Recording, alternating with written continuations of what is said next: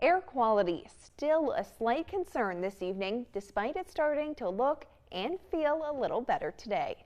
A professor from Colgate University explains exactly how the air quality index is calculated.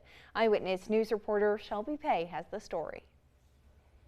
I'm Shelby Pay in Utica, where the air quality index is much better than it was on Wednesday. At this time yesterday afternoon, the number was 460. Today, just 152. Outdoor games and practices have been reinstated by the city of Utica, but we're not out of the woods just yet.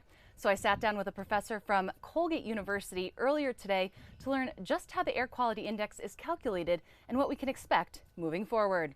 Professor Ann Paring started by explaining that Quebec is an ecosystem that has always been subject to fires, but some years, like this one, are worse than others.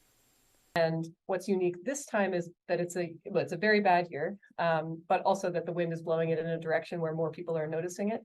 And so you take forests that are always burnable, and then you make them extra dry and extra combustible, and then you add some lightning and you get some really big fires. The resulting haze is causing the worst air quality the Northeast has seen in decades, entering unhealthy and very unhealthy levels at times.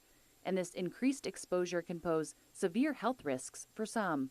We're measuring PM 2.5. The reason that we care about that from a health perspective is that 2.5 microns is small enough that it's not really filtered out by your airways very well. Like, it doesn't get stuck in your nose, it doesn't get stuck in your throat and then coughed back up. It can actually penetrate down into your lungs. So basically, the smaller a particle is, the more likely it is to have really long-term health impacts.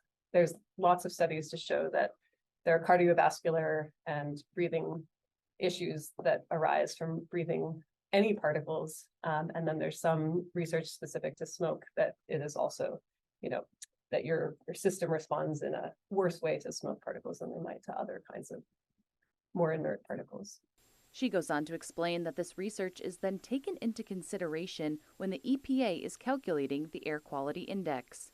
So we're always looking for these natural experiments where there are two cities that are very similar, but for some reason one of them is having poor air quality when the other one isn't. And so it's really the US government says, the scientists that work for the government have decided that these levels have these health impacts, and therefore we're going to warn you when it hits above this threshold, and we're going to keep school children from playing outside above this threshold. And then it is a much longer term, larger conversation that involves health professionals and aerosol scientists and other people, politicians, to decide what thresholds we assign to different concern levels. And what can we do about this issue moving forward? I think there are some forest management things that can change it. You can remove deadfall. You can clear out the understory to make things less likely to ignite. But I think we kind of need to prepare ourselves to live with this sometimes, and then also be trying to do all of the things that will not make the frequency increase any more than it already has. Reporting in Utica, I'm Shelby Pay, Eyewitness News. And as we continue